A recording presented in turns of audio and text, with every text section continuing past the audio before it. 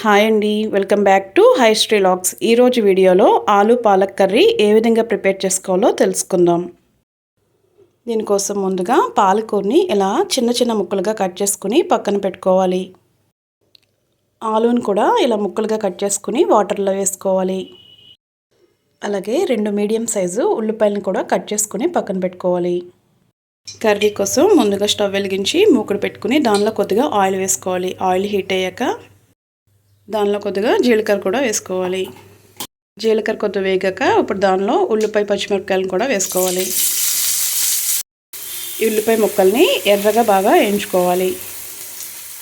ఉల్లిపాయ ముక్కలు వేగినాయండి. ఇప్పుడు మనం దీనిలో బంగాళదుంప ముక్కలను వేసుకుందాం. బంగాళదుంపలు వేసేటప్పుడు ఒక 5 నిమిషాల ముందలే వాటర్లో నుంచి తీసుకుంటే అంటుకోకుండా ఉంటుంది కూర.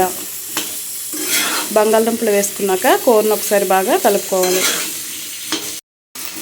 ఇప్పుడు ఈ ముక్కలపై ప్లేట్ వేసుకుని ముక్కల్ని బాగా మగ్గనివ్వాలి. మధ్య మధ్యలో ముక్కల్ని బాగా కలుపుకుంటూ ఉండాలి.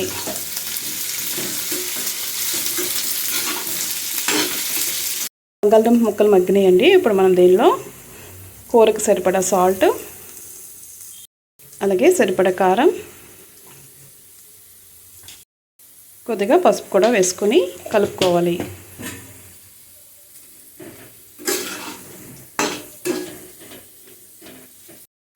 కూర అంతా కూడా బాగా కలుపుకొని మరొక 2 నిమిషాలు బాగా మగ్గనివ్వండి.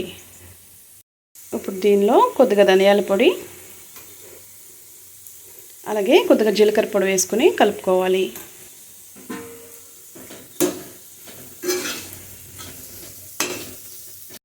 ధనియాల పొడి, జీలకర్ర పొడి వేసుకున్నాం కదండి. ఇప్పుడు మనం దీనిలో పాలకూర కూడా వేసుకొని బాగా మగ్గనివ్వాలి. మధ్య మధ్యలో కూరని బాగా కలుపుకుంటూ ఉండండి. అలాగే పాలకూరలో వాటర్ని కూడా బాగా ఎగిరిపోయే వరకు కూడా కూరని మగ్గనివ్వాలి. కూర మగ్గిపోయిందండి. ఇప్పుడు మనం దీనిలో కొద్దిగా కొత్తిమీర వేసుకుని స్టవ్ ఆఫ్ చేసుకుందాం.